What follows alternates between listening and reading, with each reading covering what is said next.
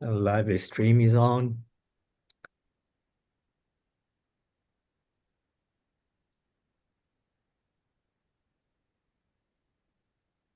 Could you please close your microphones until you start reading your reading?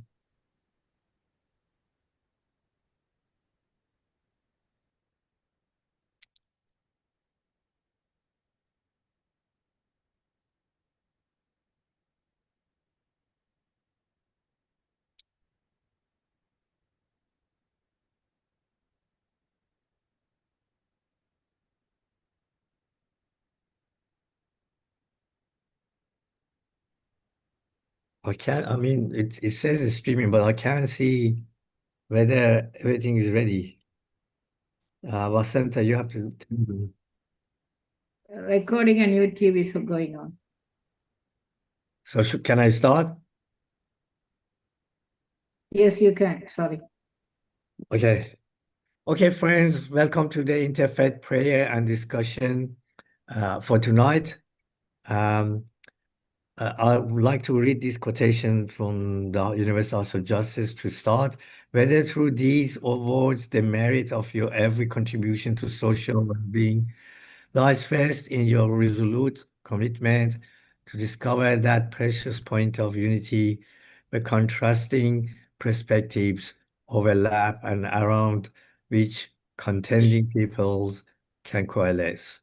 This is a message from the Universal House of Justice, 25th of November 2020. Now, I'd like to request that you turn your microphones off, and these are the things that you have to abide by. And if you're reading, when your reading comes on the screen, please turn your microphone on and read. Thanks. So I mentioned the protocols. Now we have Colin as our speaker tonight. I will introduce him later on after the readings. And the theme of readings is love. So this is the proceedings, allocation of readings I've done, setting audio-visual recording done. So I will welcome Colin later on. Colin will start with honoring Indigenous people and land, and then I will start the music, and then we have the 7 readings and a closing music, and then I will introduce our speaker, Colin, and then we have after the talk, question and answers and discussion.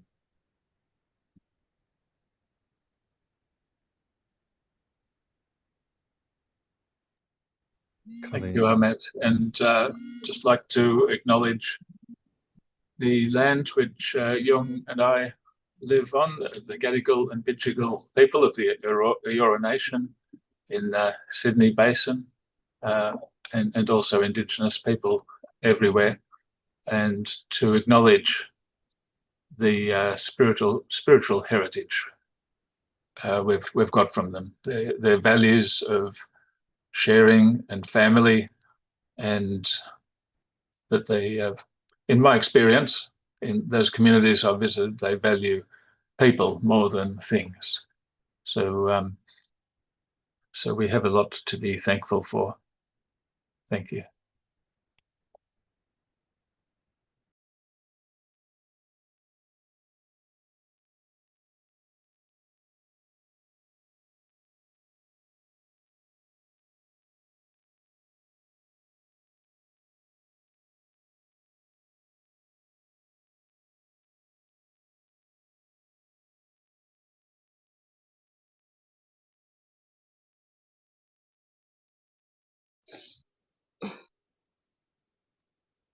There's no sound yet, Ahmed.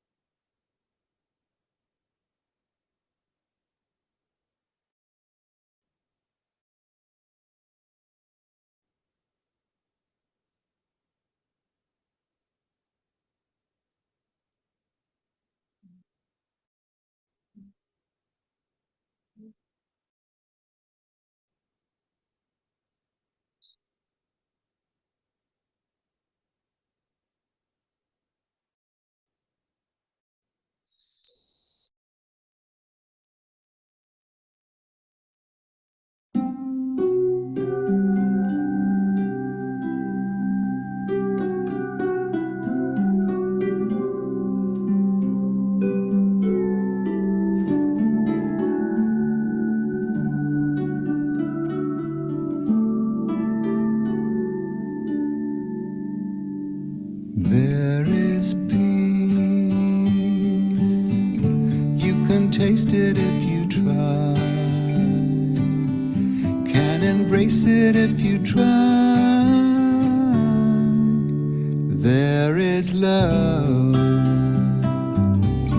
You can live it if you try. You can give it if you try. People walk this earth, people rush around, but there is no rest till their hearts bow down. There is a dream, you can reach it if you try. You can make it if you try.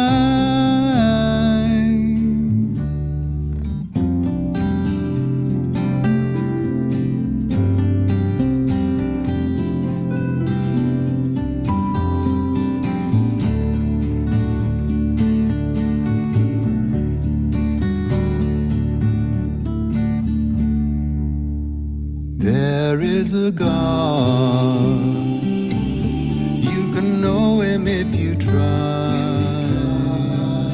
You can't approach him if you try. There are angels, they are with you day and night. You can know them if you try. I have searched this world, I have seen the signs, but I will not rest till I pass the line. There is heaven, you can know it if you try. You can go there if you try. And if God wills, it will be.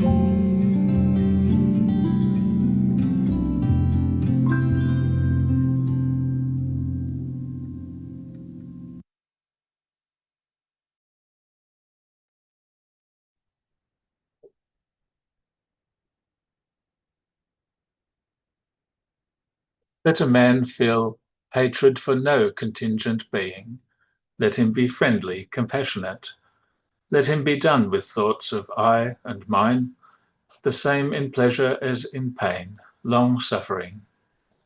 I love the man who is the same to friend and foe, the same, whether he be respected or despised, the same in heat and cold, in pleasure as in pain. Hindu writings, the Bhagavad Gita.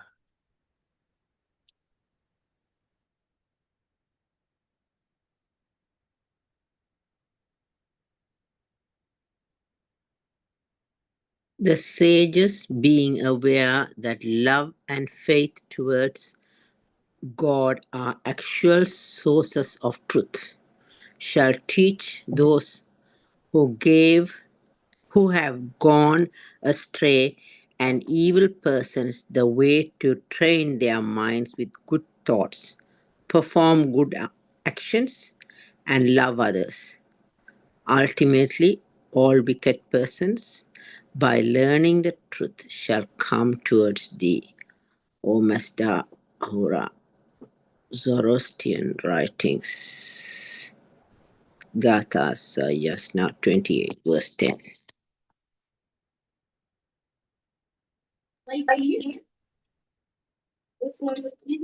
And joy follows a pure thought, like a shadow faithfully killing a man.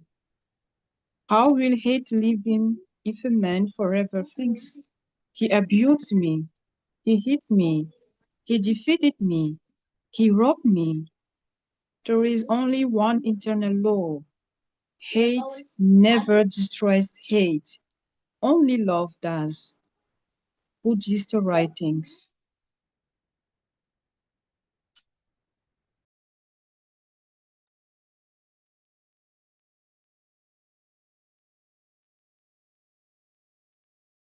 And thou shalt love the Lord thy God with all thy heart, and with all thy soul, and with all thy might. And these words which I command thee this day shall be upon thy heart, and thou shalt teach them diligently unto thy children, and shalt talk of them when thou sittest in thy house, and when thou walkest by the way, and when thou liest down, and when thou risest up. Jewish writings.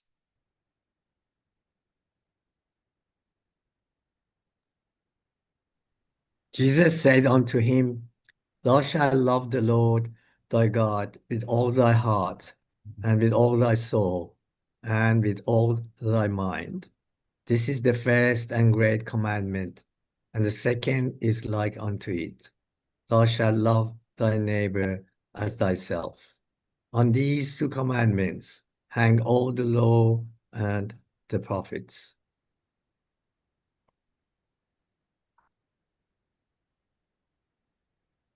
The Lord hath ordained that ye worship none but him, in kindness to your parents, whether one or both of them attain knowledge with thee.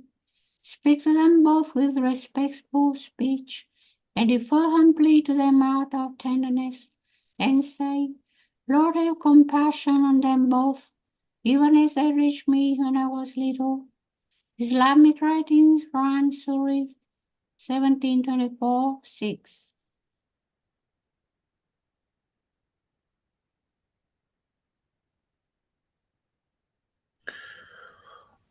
All the prophets have tried to make love manifest in the heart of man. His holiness, Jesus Christ, sought to create this love in their heart. He suffered all difficulties and ordeals that pinches the human heart might become the 14th source of love. Therefore, we must strive with all our heart and soul that this love may take the possess of us, so that all humanity, wherever it be in the east or in the west, may be connected through the bond of this divine affection. Baha'i writing, Abdul Baha.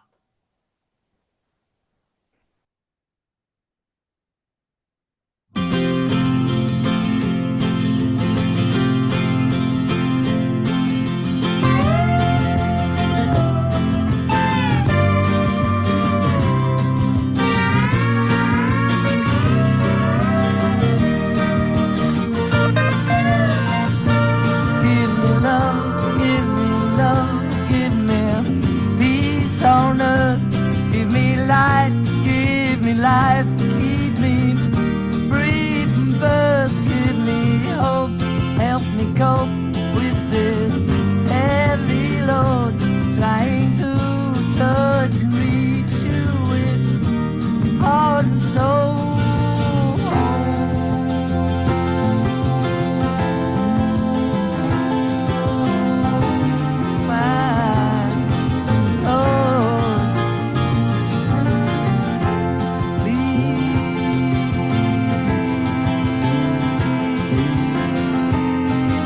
Hold of my hand,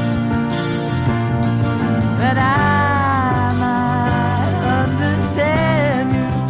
Won't you please, oh, won't you give me love, give me love, give me peace on earth, give me light, give me life, keep me free from birth, give me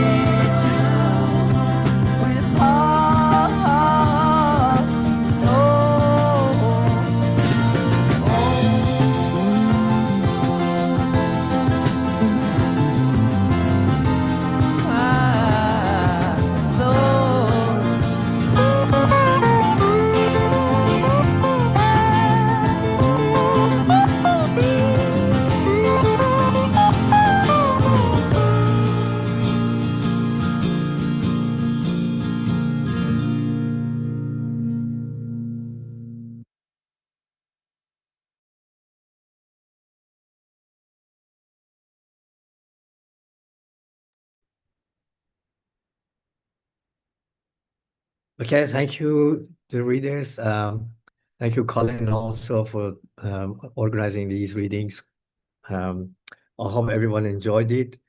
And now it's time for me to introduce our speaker tonight.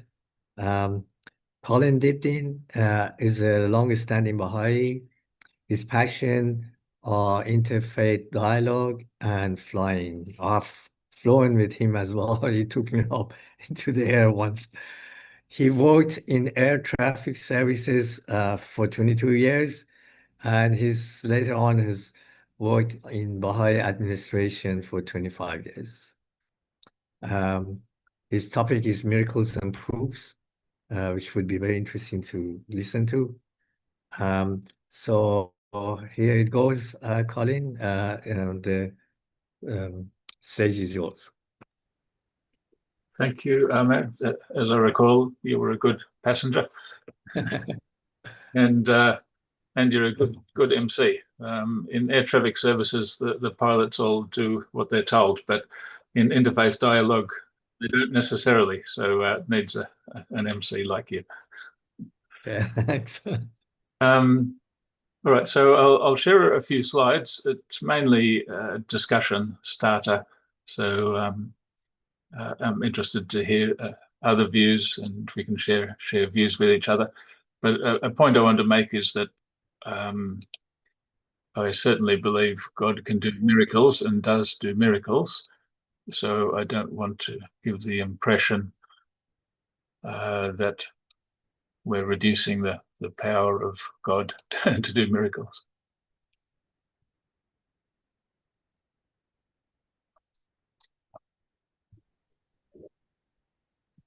All right, so it's just a few slides. Introduction, what are miracles, what are proofs, few examples, the verses of God as a proof, and then a short story.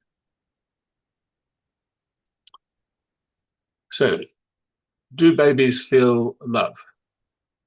And this researcher, professor of psychology, Debbie Label, says, attachment is a process. As part of that process, when you take care of your baby, they fall more in love with you every day. So how do we know, how do infants know that they are loved by their parents, and how do parents know that their infants love them? Well, we know our parent loves us by their constancy and desire to be with us, to visit, to help us, to protect us, by their expressions, by the softness of their words, their patience and their education. And we love them because we feel it directly, and we reasonably can infer that they love us. And it doesn't take a lot of reasoning power. A newborn baby cannot prove logically that its mother exists, but he or she knows that it is loved, and it knows where that love is coming from. So if God is love, then it follows that everyone, even a baby, is capable of recognizing the beauty and love of God.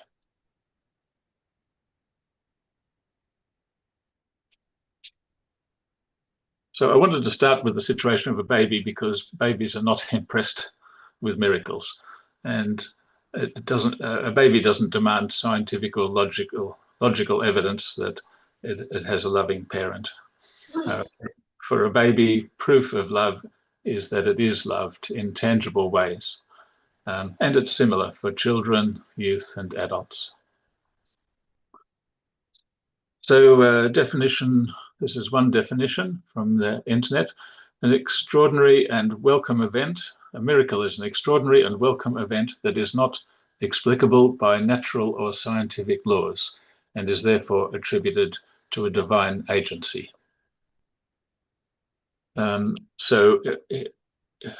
I'm talking about in this presentation is physical miracles, such as healing incurable medical problems, such as blindness or death, that kind of miracle. I'm not referring to spiritual miracles, such as healing spiritual blindness or spiritual death.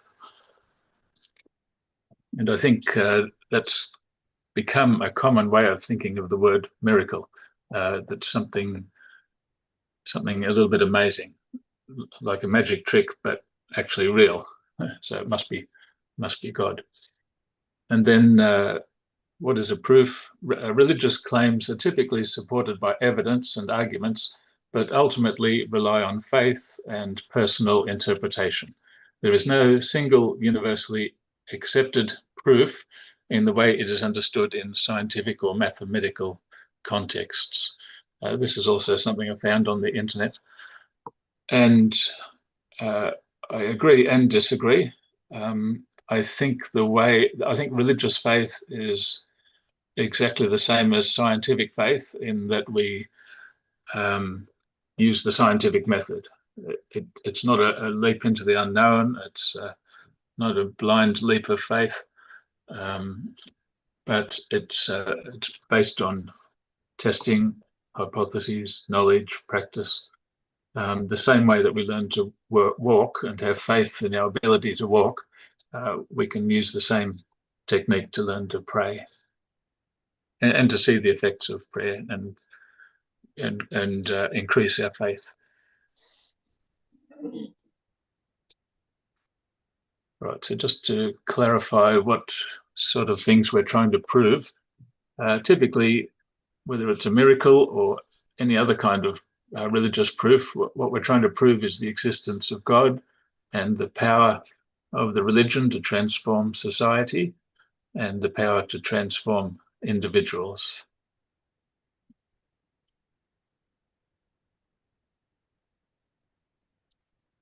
So are miracles possible? This is a Baha'i view. It was written by Abdu'l-Baha, who was the son of Baha'u'llah. He said, "The manifestations of God are sources of miraculous deeds and marvelous signs. Any difficult or impossible matter is to them possible and permitted. Our meaning is not that the manifestations of God are unable to perform miracles, for this indeed lies within their power. But that which is of import and consequence in their eyes is inner sight, spiritual hearing, and eternal life."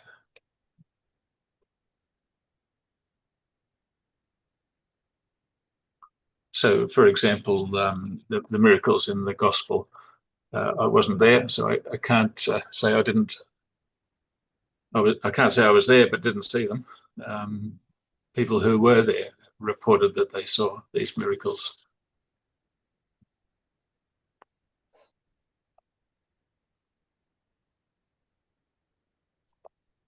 However, are miracles a compelling reason to believe in God? Now, this quote is from gotquestions.org. In other words, it's a Christian website. And they assert if Jesus never rose from the dead, there would be no compelling reason to believe that he is who he said he is. But the fact is that he did rise again, confirming his claim to be God. And in some Christian theologies, this is one of the main elements, not the teachings or the life of Jesus, but this original sin, and then an atoning sacrifice, and then finally just a proof, and that proof being a physical resurrection. However, is that a compelling reason to believe? And if you think about when Jesus was alive, the story of Peter and the apostles did not need to wait to see the resurrection before they believed. They didn't put their belief on hold. It was, they believed because they perceived Jesus' divinity directly and immediately.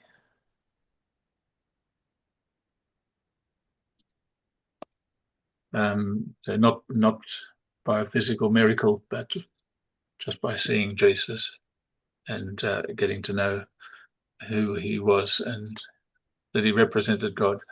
Now, 2,000 years later, I read an Anglican Church of Australia study into how people convert to Christianity, in particular the Anglican Christianity, but I think this would be applicable to all. And I don't have that paper.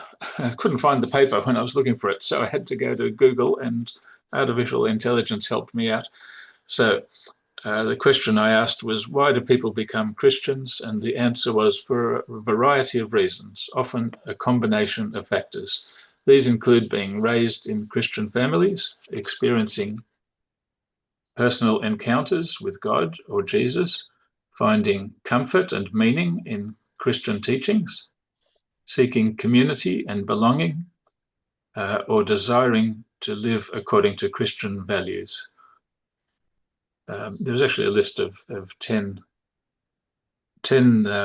common reasons why people become Christians, and very interestingly, the resurrection of Jesus wasn't among those. That's not why people become Christians, according to these studies. The main reason in that Anglican study was community. In other words, people could experience Jesus through community, and that's something you're experiencing directly through his reading his word, encountering God through the words in the Gospels, and encountering God through community. So these are very tangible things. We don't have to prove that there was a historical event, which a lot of people debate. And in fact, this proof hasn't compelled all the other religions to become Christians. And neither has the resurrection stories in other religions compelled Christians to join those other religions. Like Sai Baba religion has many miracles, and they count those as proof of the truth of that religion. But it's not, unless you're already a believer, it's not persuasive. That kind of proof is not persuasive. So why are miracles not convincing? Unless you already believe, or you were there and you saw it. This is from a book, Will the Real Jesus Please Stand Up? A debate between William Lane Craig and John Dominic Crossan.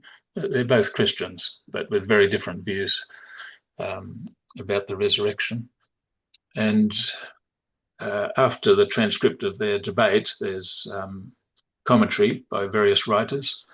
One of those, Robert J. Miller, in his article, What Do Stories About Resurrections Prove?, said, whatever else the Gospels may teach about the resurrection, faith in the risen Jesus requires more than stories about him, no matter how convincing these stories may be to some insiders.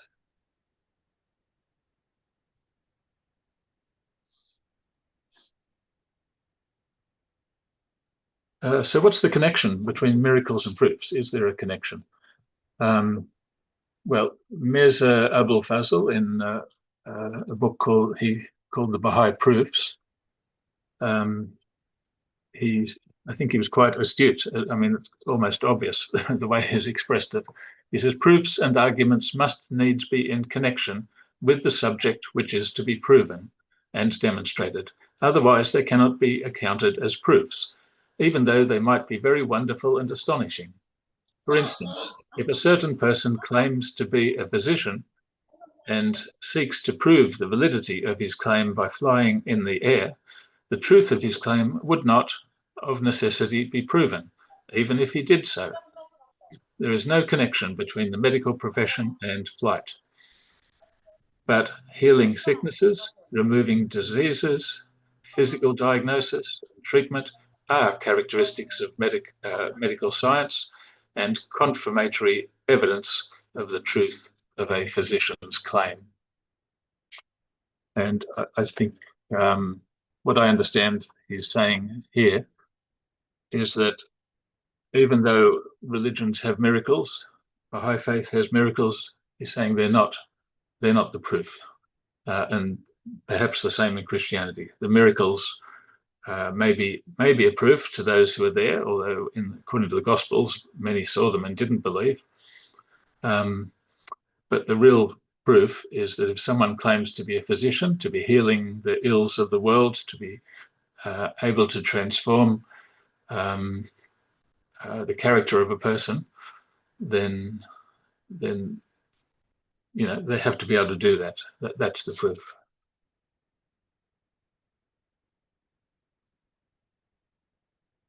So 3 examples. I mentioned in the beginning, there's the existence of God. What are we trying to prove? The existence of God and the transformative power over society and over individuals. So this quote is from One Common Faith, which you can find online, prepared in 2005 under the supervision of the Universal House of Justice. And this commentary reviews relevant passages from both the writings of Baha'u'llah and the scriptures of other faiths against the background of the contemporary crisis of sectarianism. And this statement says, the recurring proof of the existence of God, therefore, is that from time immemorial, he has repeatedly manifested himself at intervals so rare that the known instances can be counted on one's fingers. I mean, there may have been, I'm sure there were thousands, because history only began to be recorded recently. But, perhaps less than 10 that we know about. The manifestations of God have appeared, have each been explicit as to the authority of his teachings, and have each exerted an influence on the advance of civilization incomparably beyond that of any other phenomenon in history. And the book by Abdu'l-Baha, Renewal of Civilization, provides evidence of how that's the case.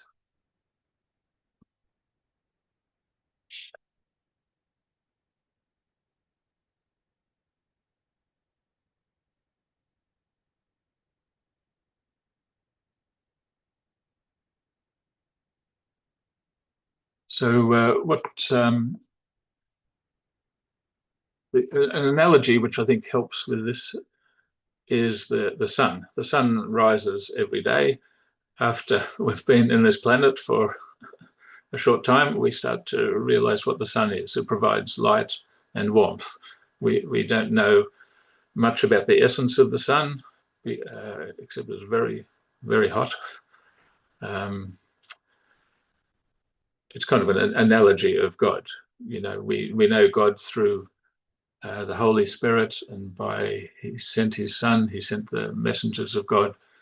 And the same with the physical sun in the sky. We know it by its rays, by its warmth, and by its light.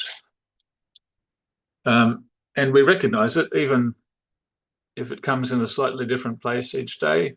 We know it's there if it's behind a cloud. It rises at different times each day, and even we give it a different name. So it rises on Monday. When it comes back again, and we call it Tuesday, we still recognize it's the same sun. We're not fooled by the fact that it's got a different name.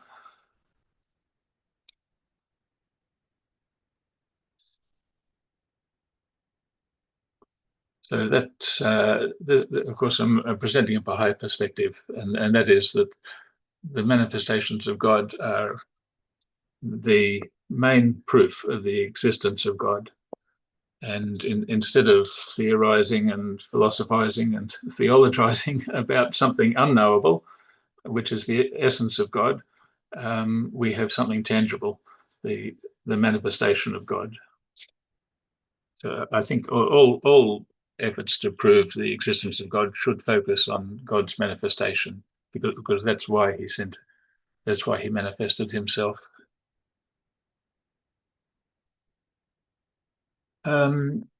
Okay, a spiritual revolution. This is the transformation of society, of communities, and ultimately humanity. It's what's been promised by every great religion, a time of peace eventually. But in general, with each manifestation of God, Jesus said, we know a good tree by its fruit. And so we can infer the transformative power of the founders of the world's great religions by their results. I wouldn't judge them necessarily by the results today, but the civilizations and the harmony they created. And so they reveal teachings that bring peace and unity to the extent that those teachings are translated into action. And many Christians, many Buddhists, Hindus, Muslims, Jews, and Zoroastrians are trying to translate their original teachings, because the original teachings, the spirit is the same, and many are still making an effort to do that. I've just given this example from Horizons magazine. I might just put share screen. I think I've got it there.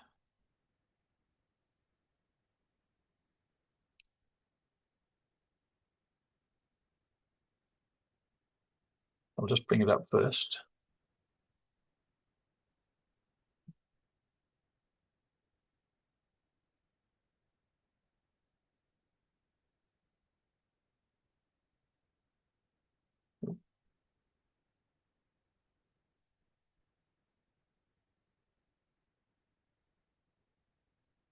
So this is just one example. I mean, all the great religions, because as Baha'is believe, they were from God, so they had. Colin, we're not seeing it. Oh, not seeing it yet. That's no, it's here. Okay. Yep. So this Australian Baha'i Horizons is worth a look if you want to see the effects of, a manifestation of God where an effort is made to put the teachings into effect. And so each one of these is a little story of things happening. And above all, it's a learning process. It's not one group coming and saying, this is the truth, you have to believe and come under our umbrella. It's a collaborative effort. And especially one of the most dramatic things is, in my opinion, is that difficult age group, junior youth, from about 11 to 15, where typically we would, as parents, we would just say, oh, I hope they get through it okay. And I hope we survive it as well. It turns out that that's the age where young people are starting to think for themselves and recognizing contradictions in between the words and deeds of the adults in their lives. But they want to do something. They're altruistic. They want to make a difference. And so with junior youth groups, they look at the spiritual principles about their purpose of life, to develop themselves and to contribute to society. And then they plan local activities. They recognize a need in the local community. The youth come up with it themselves, they design it, and then they go out and do something for the community. There's an article somewhere about Mount Druitt. I might have passed it already, but and Westmead. Anyway, very, very transformative. People from pretty rough backgrounds, and now, the police are telling people, look to what is happening over there, and even high school students are being given a project of saying, just go and check out what these Baha'is are doing. And not just Baha'is, but everyone involved, the parents and the students. Okay, I'll reshare what I had before.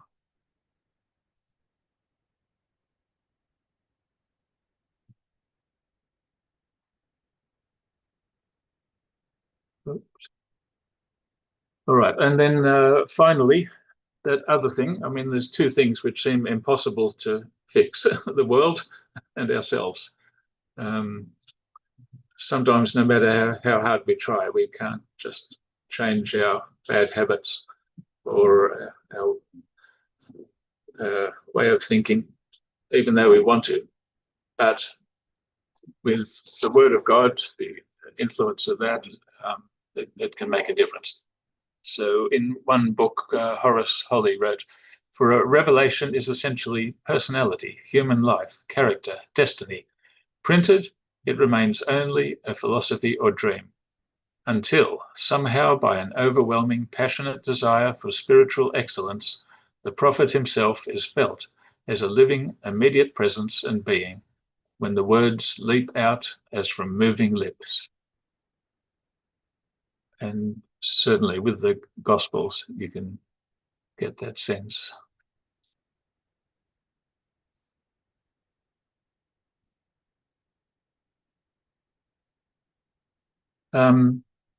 Just coming to a conclusion, but I want to draw your attention to this tablet, the tablet of Ahmad. Sorry, Ahmad, it's a different Ahmad. Baha'u'llah was in prison, and he wrote to Ahmad, who wanted to visit him. I think he was unable to visit him, but Baha'u'llah wrote this as perhaps as a compensation, but something that he could keep and inspire. And I'll read it because to me it's an example of a text that can only be the word of God. The tablet itself is about, or the letter is about 3 pages, so I've only quoted a paragraph or two. And it begins, Lo, the nightingale of paradise singeth upon the twigs of the tree of eternity, with holy and sweet melodies, proclaiming to the sincere ones the glad tidings of the nearness of God, calling the believers in the divine unity to the court of the presence of the generous one, informing the severed ones of the message which hath been revealed by God, the King, the glorious, the peerless, guiding the lovers to the seat of sanctity and to this resplendent beauty. And he wrote this from a prison cell. And then later in the same letter, he writes, O people, if ye deny these verses, by what proof have ye believed in God? Produce it, O assemblage of false ones. Nay, by the one in whose hand is my soul, they are not and never shall be able to do this, even should they combine to assist one another.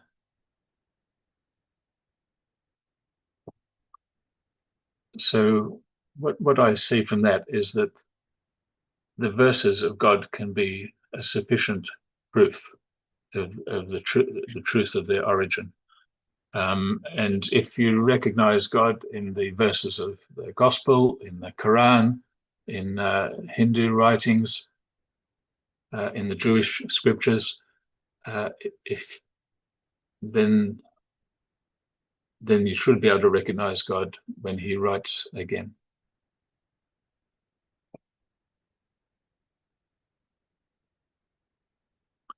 All right, so let me just finish with a short story.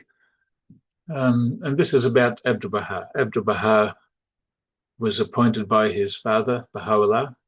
Baha'i's belief, Baha'u'llah was the glory of God, that's the meaning of the word, and that he was the manifestation of God for this age, who brought the healing medicine for the ills of society. And his son Abdu'l-Baha was appointed as his by Baha'u'llah as his interpreter and a perfect exemplar of his teachings. So this is from the book by Earl Redman, Abdu'l-Baha in Their Midst, which is, I think, some of the stories of Abdu'l-Baha's visit to America. As Abdu'l-Baha went up the aisle, he stopped and greeted Mrs. Dealey lovingly. She reached for his hand and said, Abdu'l-Baha, please put your hand on my forehead, and I will know, and I know I will see. Yes, my daughter, he answered, you will see, but you will have to choose. You may have your spiritual sight or your physical sight. Which do you desire? She said with emotion, Abdu'l-Baha, that is no choice. I would be blind 1,000 years before I would give up my spiritual sight. Well said, my daughter, well said, replied the master as he touched her shoulder and continued on his way out. Sitting next to her on that bench, Leroy Ioas realized with a chill how in that moment she had decided on her own destiny. She was steadfast.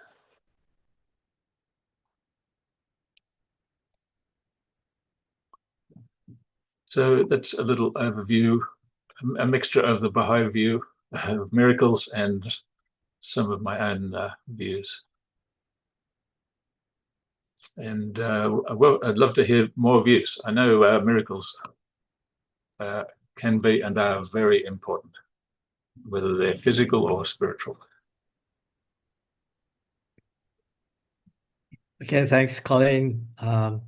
So as you showed, the proofs of God, His manifestations, or their writings, their ability to bring the community together.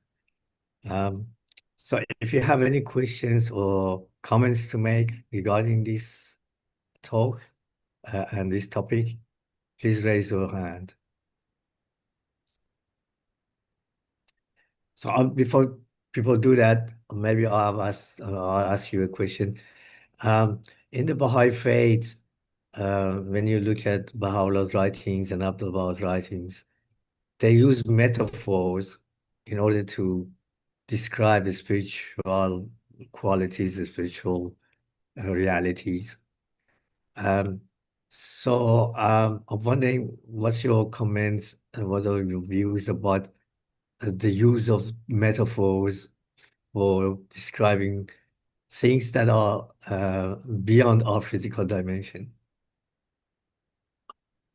Yeah, I think, well, Baha'is believe that the metaphor is important because the spiritual reality is the greater world.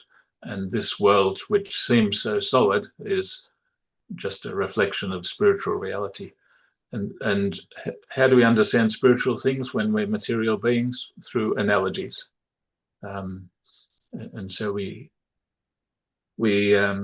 use analogies like I've seen the light, or I feel like I'm in heaven, that kind of thing. So I think analogies are how we understand spiritual things, and also how God educates people about spiritual reality.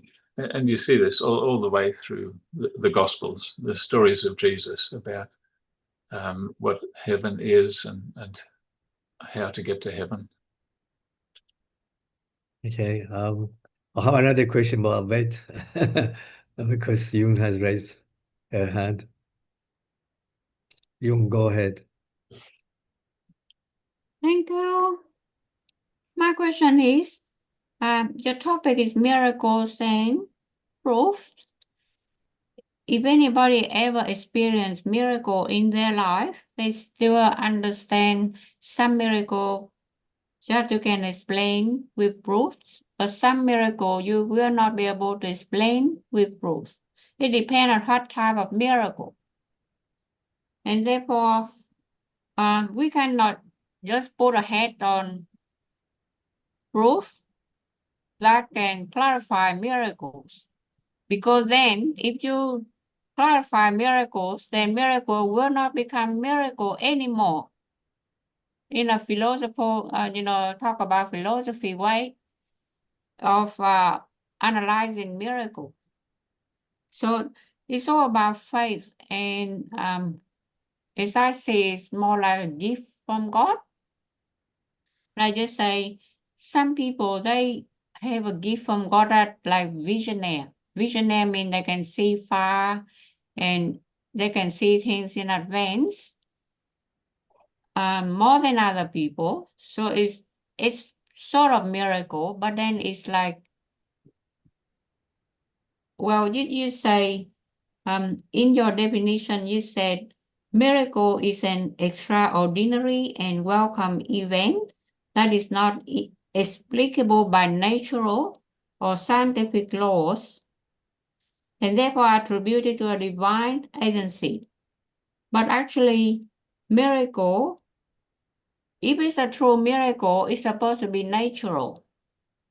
And it's supposed also scientific, because it's like talk about Virgin Mary when she appeared to thousands and thousands of people years ago. She makes the sun go around, and the sun go around whether it's a real scientific event or it's a natural event. people just see the sun go around. Maybe that's belong to their vision, not how they see things. But in real life, whether the sun really go around, because you wasn't there, so you just only hear what the media said or the story said. But unless you are there and you experience and you witness all these things, then you know. But I mean, there's something you cannot explain, but I mean, for me, miracle is a natural event. It's a scientific event. It depends on what side of, what type of miracle, what type of miracle. And another quote about Horace Hurley, when you talk about inner transformation, Horace Hurley wrote, there's only a first sentence, a revelation is essentially personality, human life, dot.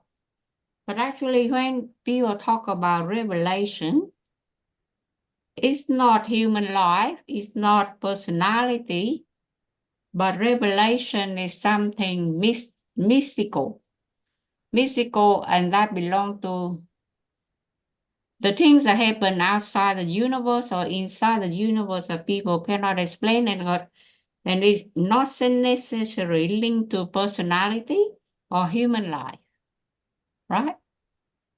So it's so many ways that you explain miracle.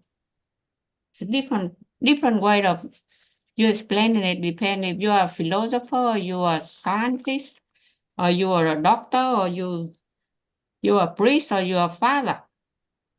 Yep, I think we're on the same page about miracles. For someone who wasn't there, they might not be persuaded, but for someone who was there, it can be very convincing. And I'm sure God reaches everyone in whatever way they're receptive. So if people are receptive to miracles, And sometimes sounds like a good way to reach them. Sorry, but sometimes receptive people can't even see miracle. Just like Virgin Mary appeared, they say, for example, and 1,000 people there, not every one of them see or saw Virgin Mary. It's only like children, they all saw Virgin Mary and they all screaming about, oh, I see the apparition. But like people are 40 years old or 50 years old, some of them, oh, I can't see, I couldn't see her. I couldn't see her anywhere. Where was she standing? So if you ever experience in a crowd, then not everyone saw miracle. Even like Virgin Mary can appear apparition right in front of them, but they couldn't see, and none of their fault. Yeah, and that's the same. Even when Jesus was resurrected, it was people who already believed. They encountered him. They could see him. Other people couldn't see him.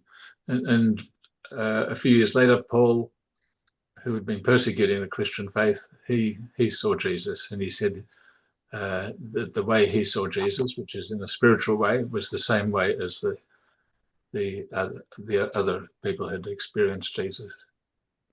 Jung, I think all these manifestations have personality. Like Christ had his own personality, Moses had his own personality, Muhammad had his own personality, and that personality showed an example as an exemplar for human beings to follow. That's why humans followed Christ, because of him being the exemplar. So there was personality in Christ. So when we mention about personality, I think human life, and in human life, shouldn't you say in essence that make people understand a bit more, clarify the matter a bit more, like you would say, they're the holy people.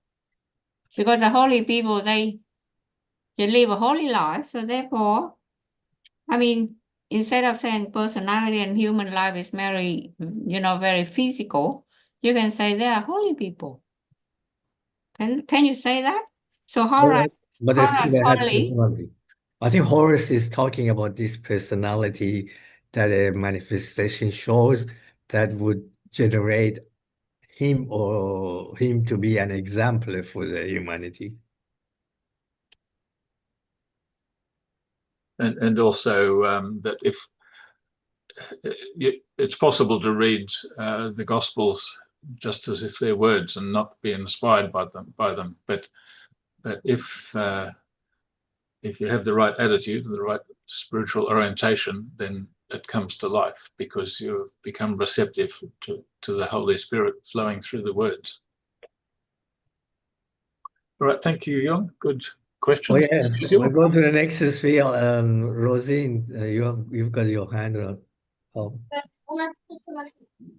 Thank you, Anis. Good evening, everyone. First of all, I would like to thank Colin for the very interesting presentation, inspiring, and I was really interesting on the writings you shared. Yeah, I got some inspiration, and there's certain things, certain question I had in my mind, and the quotation replied to my answers. So I have one question, also one comment. I will start first with the comment, and at the end with the question. So my comment is regarding you shared the writings of, I think it was Abdul Baha, regarding the proof of miracles.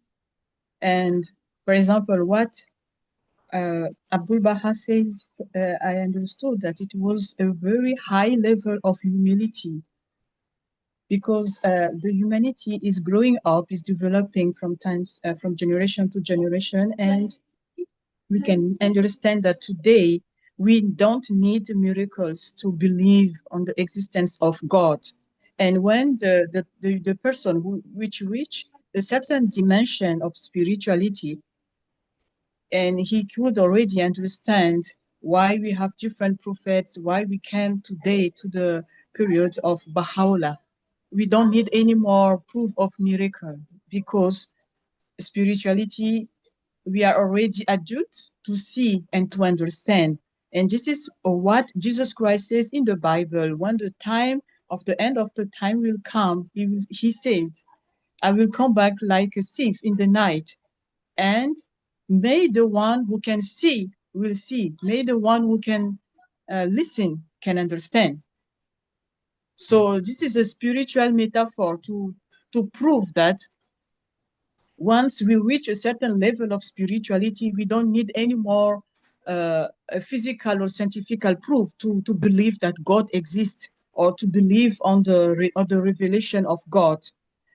And also another part, scientifically, our brain is proof that our brain is being convinced, or it's believing about something he sees or something he used quotidianly to learn. It's repetition. So for me, as now, my question is the fact that, for example, God was using, or the prophets, they were using miracles, is maybe to prove to people who are dimensionally low, below, to understand the existence of God. Because those who already have spiritual eyes, they don't need it. They already believe, but we are different. And there are people, they still need proof, they still need I don't know, scientific sign to understand really that God exists. So for me, I was thinking maybe the reason why the prophets were using the miracle is just to influence those people who have a low dimension of spirituality to recognize God. So that was the question. And before I give the talk to Colleen, I would like also to share a small story. This happened to me, and I'm sure to every one of us. If we see our quotidian life, we have signs of miracles. Yes, everyone can prove something. For example, one of the sign of miracles, which happened to me when I was child, I was like 7 or 8 years old. And my father asked me to go to bed, and I was already tired, and I said, no, it's better I take a bath before going to bed, because next day it's a school day. So I went to the bathroom, I made the bath full of water, and I closed it. I was showering and I don't know how come. I was tired. I fell asleep inside the water. More than 1 hour. I was deep sleeping inside of full water. And after it was like 8 o'clock, around 10 o'clock, my parents, they wanted to go to sleep and they saw the light in the toilet. So they just wanted to turn off the light. And then after my father, he opens the door, he sees me, he saw me inside the water. For them, I was already dead because scientifically, a human being cannot resist underwater for long than 5 minutes or 10 minutes, even the person has a very good resistance. So, and I was already deep sleeping. So they took me, they were all panic. Yeah, I just opened my eyes. I was in the hospital and I just see the doctor asking me, "Are you okay?" And for me, I was like, what I'm doing here? And I asked them why I'm here in the hospital. And the doctor, she just told my father, "This is a miracle. Nothing happened to her. Take her home and we thanks our God." That was the word I heard from the doctor. And then when we came back home, my father came again in my bed, on my bed, and he asked me, "Rosine, tell me the truth. What happened to you? How come you were sleeping inside the water?" I was shocked. I was like, "Me? No, I was just taking a bath. I don't remember anymore what happened." And they checked my body, everything. They said maybe I drank water or nothing. I was like a normal person. I don't know who was sleeping in in the air. Yes. Thank you. Maybe now can Celine answer to my question? Yeah, I'm glad. First of all, I'm glad that miracle happened because yeah, you don't want to lose someone in the bath, and yeah, I think miracles, even material, physical miracles, perhaps are available to everyone. You were saying maybe they're needed by people who don't have the spiritual perception to see God in someone else the same way as Peter saw God in Jesus. There are some people who just need a physical miracle. That's where they're up to in their development. Yeah, that makes sense to me. And in just about every religion, there's stories of miracles, and even in the Baha'i history, which is well documented by witnesses because it was so recent. There were certainly miracles, but they're not considered to be a proof. They're just something very amazing. Yeah, but still, Rosine, to somebody else, what you experience might not be a proof, might not be acceptable or understandable. And the details that you and your parents only know, as none of us have those details. So the miracles are only valid for the people that observe it. And me, because I heard it from Rosine directly. Okay. All right, Vasanta, you're next. This part of it is answered by Rosie. My question is because in back home and in India, there are a lot of saints and other people who show a lot of miracles. So there are some proofs, for example, Sai Baba or things like that. And some people who really believe, they accept it and accept it as a miracle. And some people say that they are showing like a magician. They want to undermine their power or spirituality or whatever it is.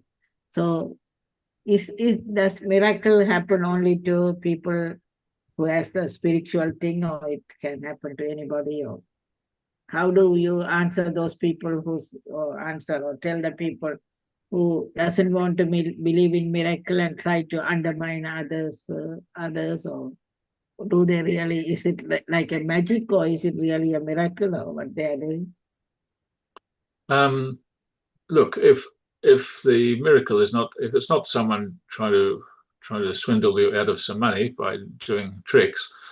Obviously, you don't want that to happen. But apart from that, why question anyone else's miracle?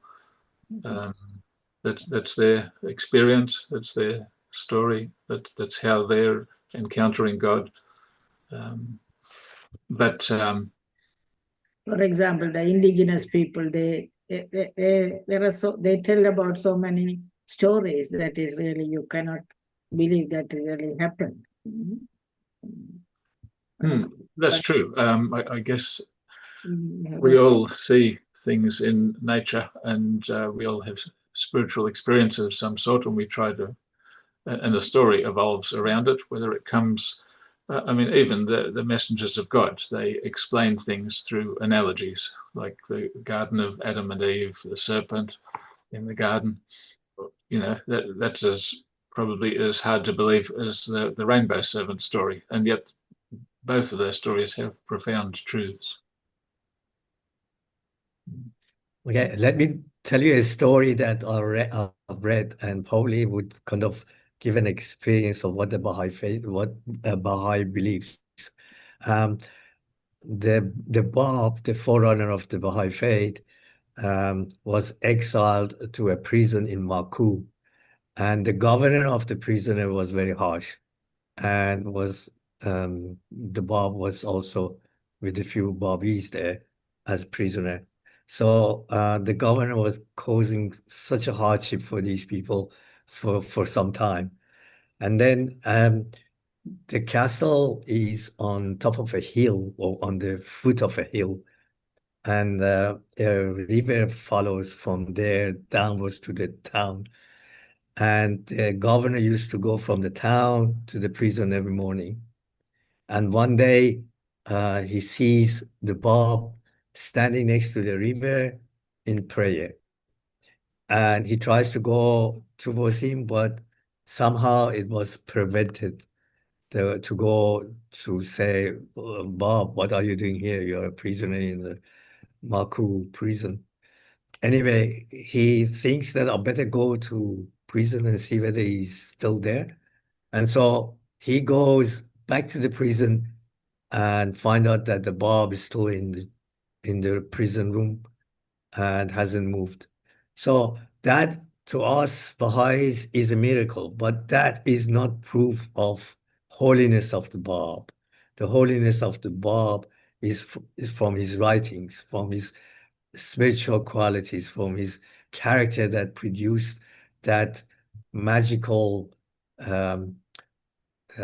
attraction for the people to follow it. And many people started following the Bab at the beginning of his revelation. He only was there for 9 years, and many people became Babi at that time. And Baha'u'llah became Babi at that time. Anyway, I hope you enjoyed that story. Yeah, that's worth sharing. And apparently there were hundreds of miracles of that kind. Yeah. But I don't know if anyone's collected them. Maybe they have.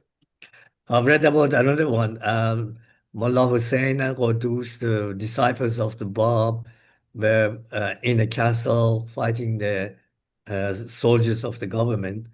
And Mullah Hussein gets shot and goes, they take the body to the castle.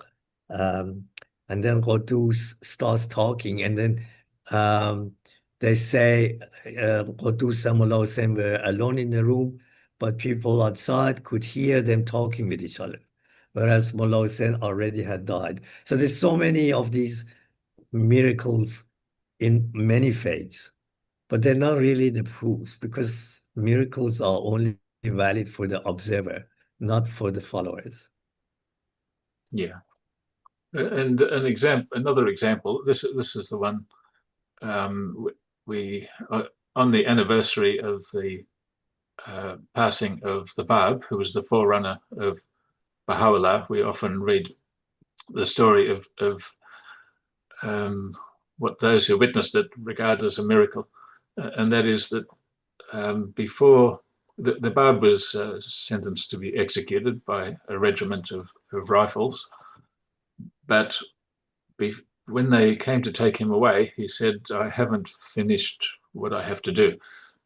He was talking to someone, but they took him anyway and suspended him. His amanuensis. What's that? His amanuensis. His notes. His amanuensis. Yeah, yeah. So he was suspended, and then the regiment fired their rifles, and then when the smoke cleared, he was gone, because the bullets only cut the ropes, and then they found him. He was finishing that conversation. He said, now I've finished what I'm here to do. You can take me. And so on the second attempt, they had to find a different regiment. He was killed, but there were witnesses. The regiment was a Christian regiment. There was a British envoy in Tehran. He witnessed it. It was published in a British newspaper. And there were quite a few other people witnessing it as well. But it's a story, Baha'is love, because it is amazing.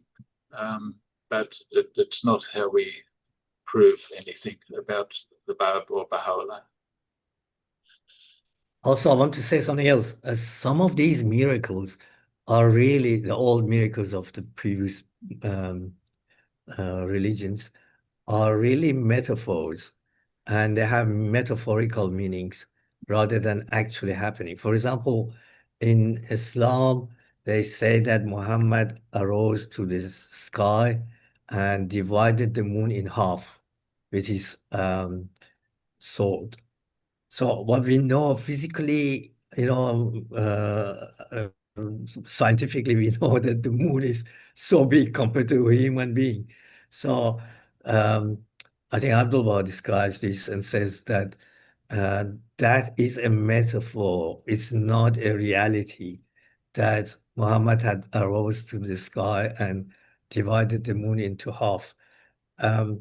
And he describes, I can't recall what it is. I think it's to do with the writings and transformation of people.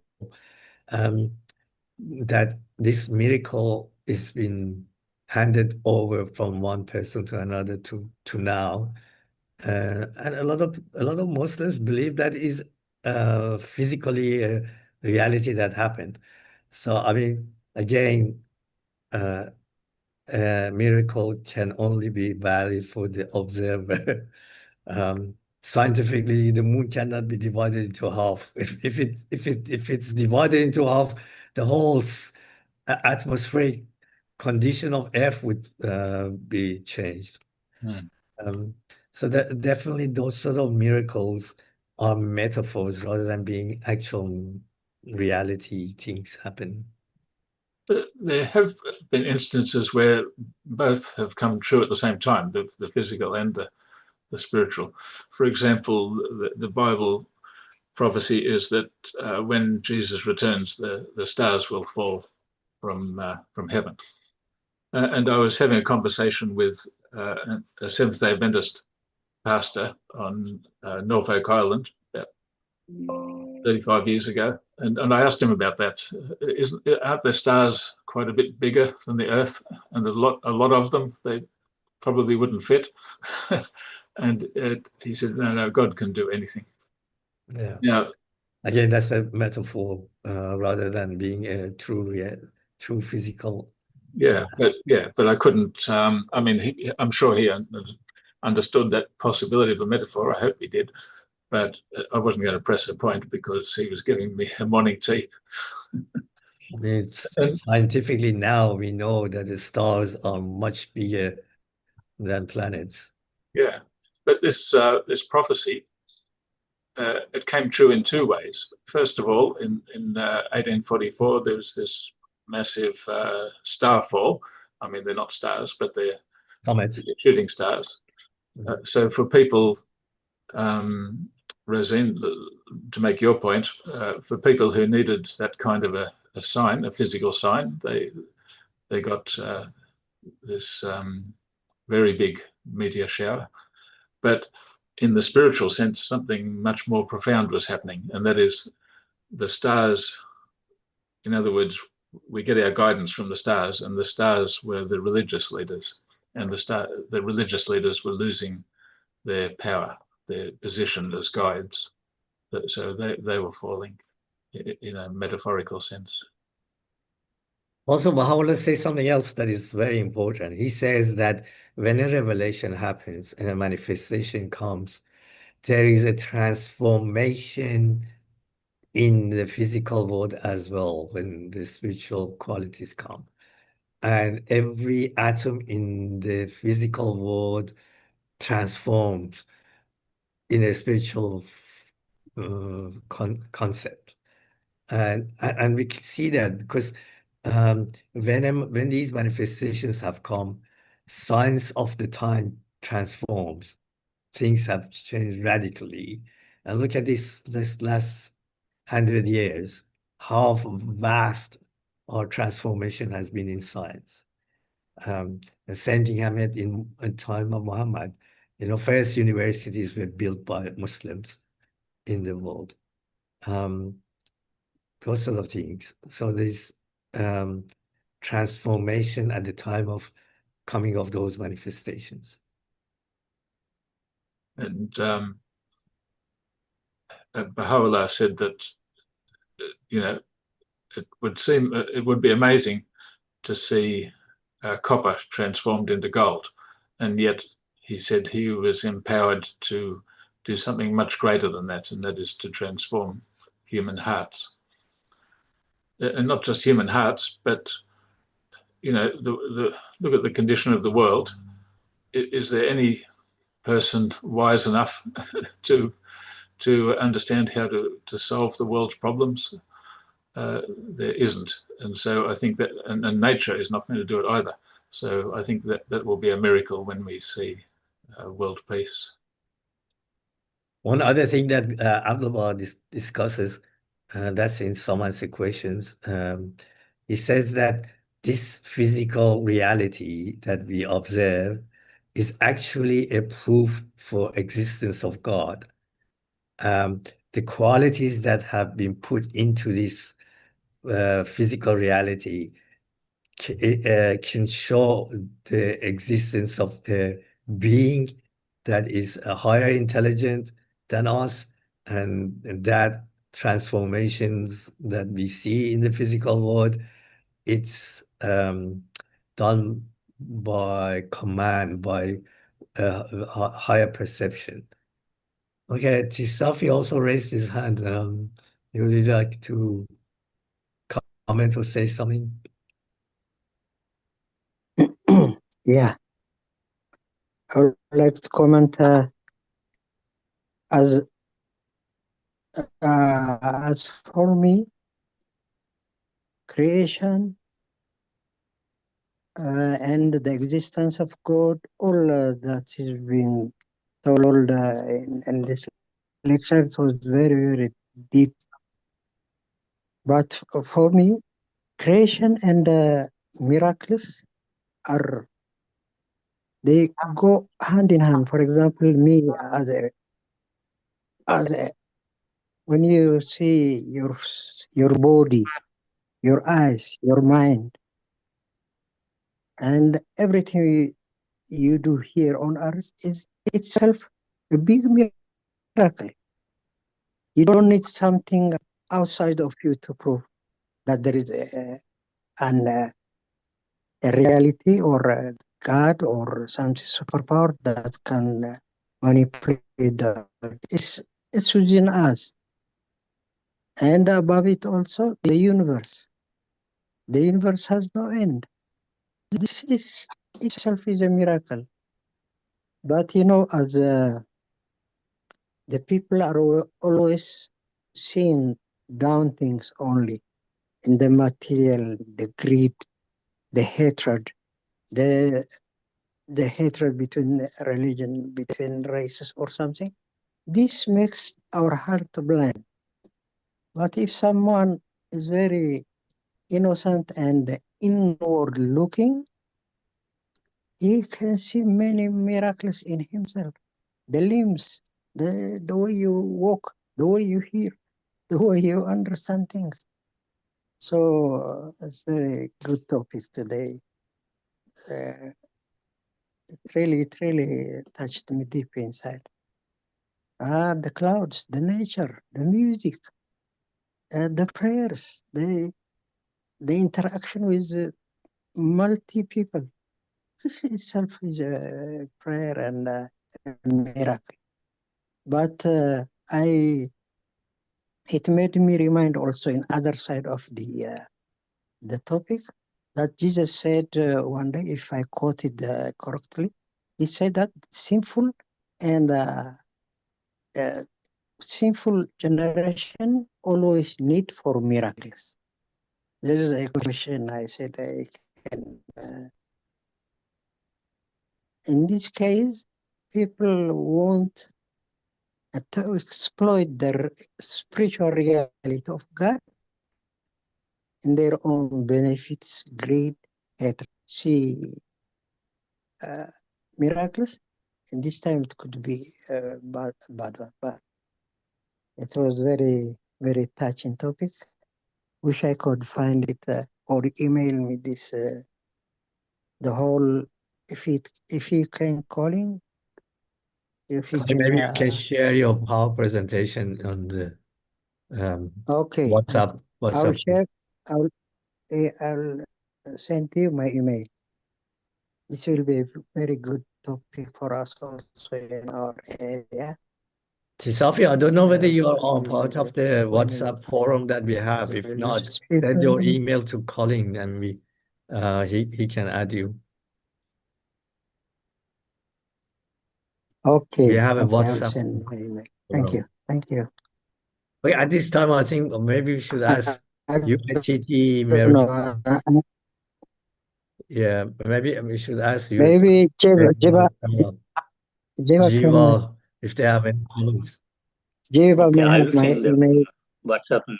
Oh, okay. Jiva, if you could send the email to Colin. Colin is the admin.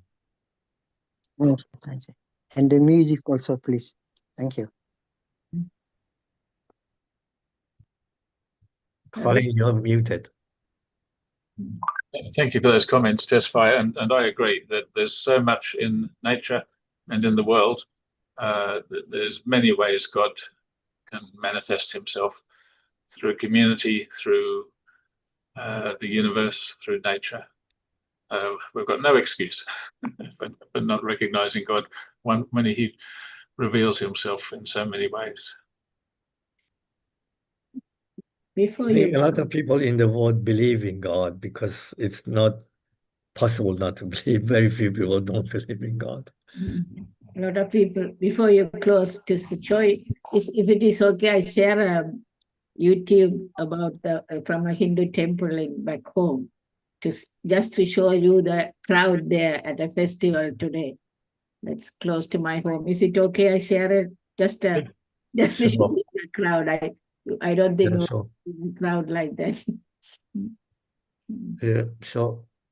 1 second. Meanwhile, if Sarah, Marina, and you, Teddy, have any comments to make, please do so.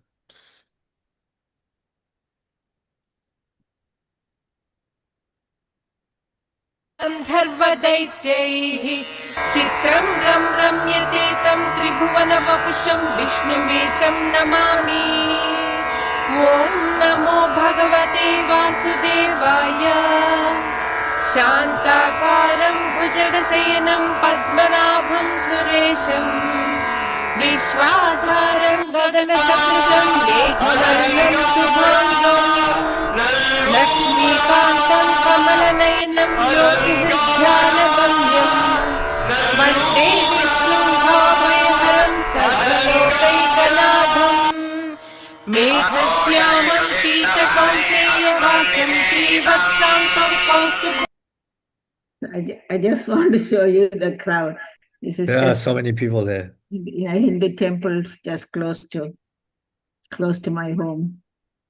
So today is a festival there, and so many millions.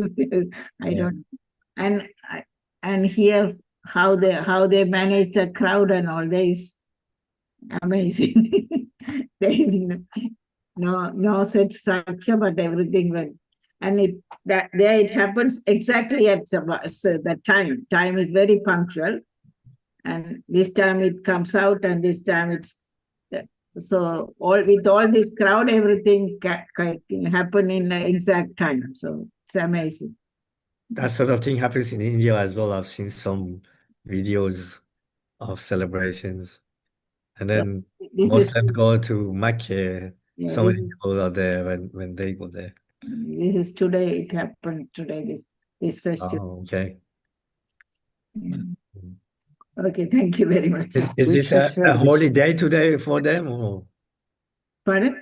is this a holy day today for them? We have a festival at different times.